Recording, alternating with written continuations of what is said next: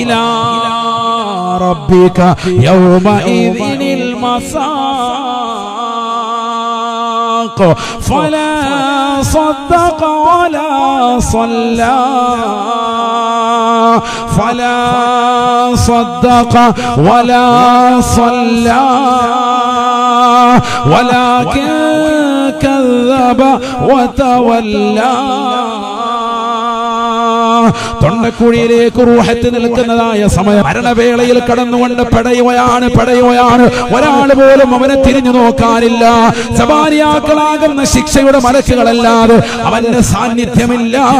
കാരണം ദുനിയാവിൽ രസിച്ചവനാണ്, അടിച്ചു പൊളിച്ചവനാണ്, ഖുർആൻ ഓതാതെ നടന്നവനാണ്, ദിക്ർ ചൊല്ലാതെ കഴിഞ്ഞു പോയവനാണ്, പരിശുദ്ധമായ ദീനിലേക്ക് തിരിഞ്ഞു നോക്കാത്തവനാണ്.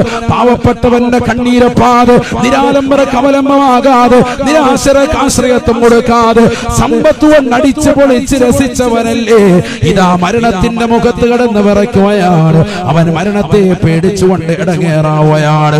വലന്ന അന്നഹുൽ ഫിറാഖ് വൽതഫതി സാഖു ബിസാഖ്.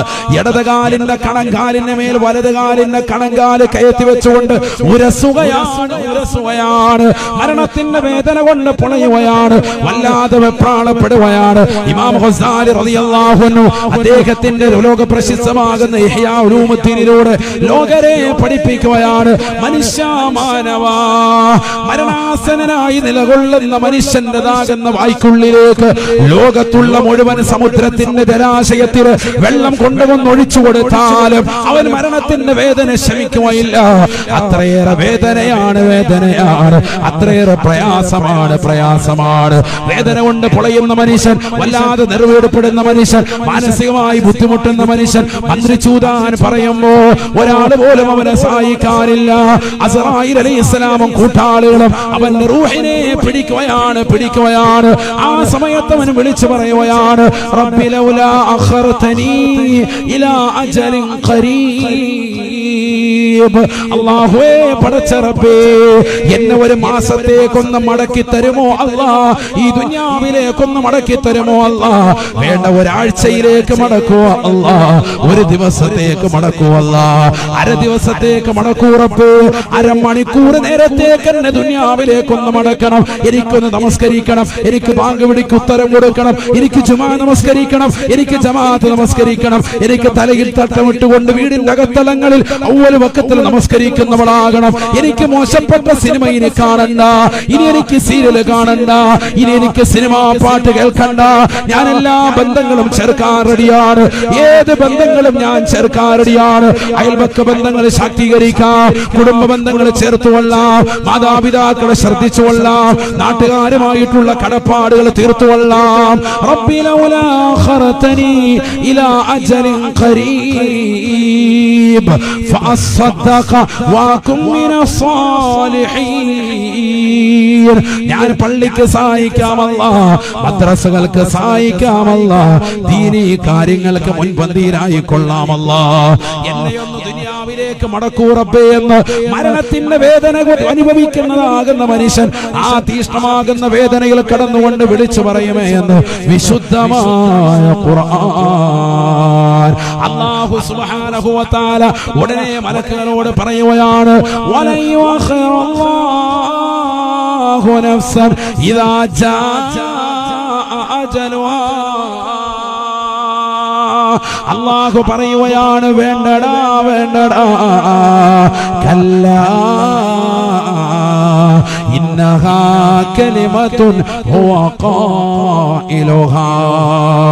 ഇതവൻ വെറുതെ പറയുന്ന വാക്കാണ്. ദുനിയാവിലേക്ക് മടക്കണമെന്നുള്ളത് അവന്റെ ആശയാണ്. 30, 40, 60, 70 വയസ്സ് ദുനിയാവിൽ കഴിഞ്ഞുകൂടിയിട്ട് ബന്ധങ്ങൾ വിച്ഛേദിച്ചവനാണ്.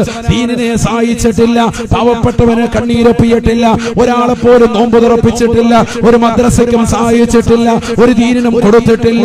പണത്തിന്റെ പളവളപ്പിൽ വിരാജിച്ചുകൊണ്ട് നടന്നവനാണ്. എന്റെ സമ്പത്ത് എനിക്ക് മാത്രമാണ്, ഒരാൾക്കും കൊടുക്കില്ല എന്ന് പറഞ്ഞുകൊണ്ട് അഹന്തയോടുകൂടി ദുനിയാവിൽ കഴിച്ചു കൂട്ടി ചൂണ്ടിയവരാണ്. ഒരു ബാങ്ക് വിളിക്കും ഉത്തരം കൊടുത്തിട്ടില്ല, ഒരു ജുമയ്ക്കും അവൻ ശ്രദ്ധ തിരുത്തിയിട്ടില്ല, ഒരു ജമാഅത്തും അവൻ നമസ്കാരം ഗൗനിക്കാത്തവനാണ്. അതുകൊണ്ട് തിരിച്ചു വിടരുതേ മലക്കുകളെ, അവന്റെ ആത്മാവിനെ പിടിക്കണേ പിടിക്കണേ. അല്ലാഹു ഖുർആനിലൂടെ പറയുകയാണ്, വലൻ യുഅഖിറല്ലാഹു നഫ്സൻ ഇദാ ജാഅ അജലുഹാ. മനുഷ്യമാനവാ, നിന്റെ ആയുസ് എത്തിക്കഴിഞ്ഞാൽ ഒരു സെക്കൻഡ് പോലും അല്ലാഹു പിന്തിക്കുകയില്ല. അവൻ ആത്മാവിനെ അല്ലാഹു പിടിക്കുകയാണ്. മറ്റൊരായത്തിലൂടെ അല്ലാഹു പറയുകയാണ്, ഇദാ ജാഅ അജലുഹാ ലാ യസ്തഖിറൂന സാഅതാ വലാ